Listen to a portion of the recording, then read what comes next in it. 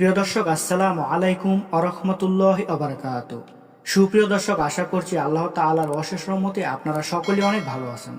তো দর্শক, আজকে একদিনই ভাই আমাদের মাঝে প্রশ্ন করেছেন এবং আজকে আপনাদের মাঝে যে একটি বিষয় নিয়ে আলোচনা করতে যাচ্ছি, এই বিষয়টি অনেক গুরুত্বপূর্ণ ও জীবন ঘনিষ্ঠ।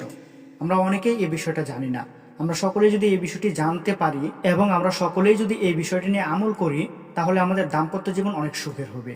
আমরা যদি এরকমভাবে চলি, তাহলে আমাদেরকে আল্লাহ তাআলা কখনো পথভ্রষ্ট করবেন না এবং উনি সবসময় আমাদের দিকে দয়ার দৃষ্টিতে তাকাবেন এবং সংসারে সুখ শান্তি বইয়ে দিবেন। তো প্রিয় দর্শক, ইসলামে এমন 8টি বিষয় আপনি যদি গোপন রাখেন, তাহলে আপনার সংসারে অনেক সুখ শান্তি আসবে এবং আল্লাহ তাআলা আপনাকে সবসময় ভালো রাখবে। তো সেই 8টি বিষয় কি? এর মধ্যে একটি হচ্ছে নিজের ব্যক্তিগত গুনাহসমূহ গোপন রাখবেন। তারপর দ্বিতীয় নম্বরে হচ্ছে অন্যের গুনাহ এবং দুষ্কৃতি, এটাও গোপন রাখবেন। আমাদের সমাজে অনেকেই আছে যারা অন্যে যদি কেউ দোষ করে, মানে আপনি যদি কারো দোষ আপনি দেখেন, তাহলে এই দোষটা নিয়ে আপনি মানুষের কাছে বলে বেড়ান। তো এটাও করা যাবে না। তারপর 3 নম্বরে হচ্ছে খারাপ স্বপ্ন।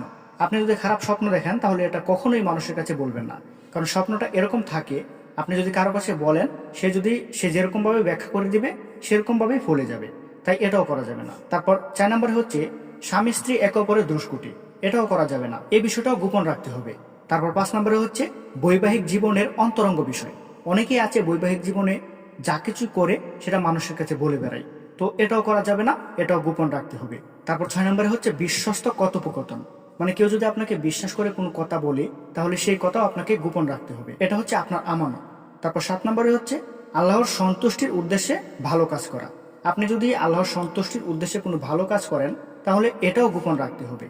তারপর 8 নম্বরে সর্বশেষ যেটি হচ্ছে, সেটা হচ্ছে উত্তম রিজিক, সম্পদ, সুস্বাস্থ্য ইত্যাদি। এই বিষয়গুলো আপনি গোপন রাখবেন। এই 8টি বিষয় আপনাকে সবসময় গোপন রাখতে হবে।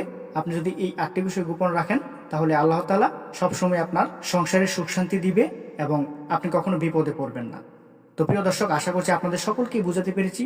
তো আল্লাহ তাআলা সবাইকে এই 8টি বিষয় গোপন করে জীবনযাপন করার তৌফিক দান করুক। সকলে ভালো থাকবেন, সুস্থ থাকবেন। আসসালামু আলাইকুম, আল্লাহ হাফেজ।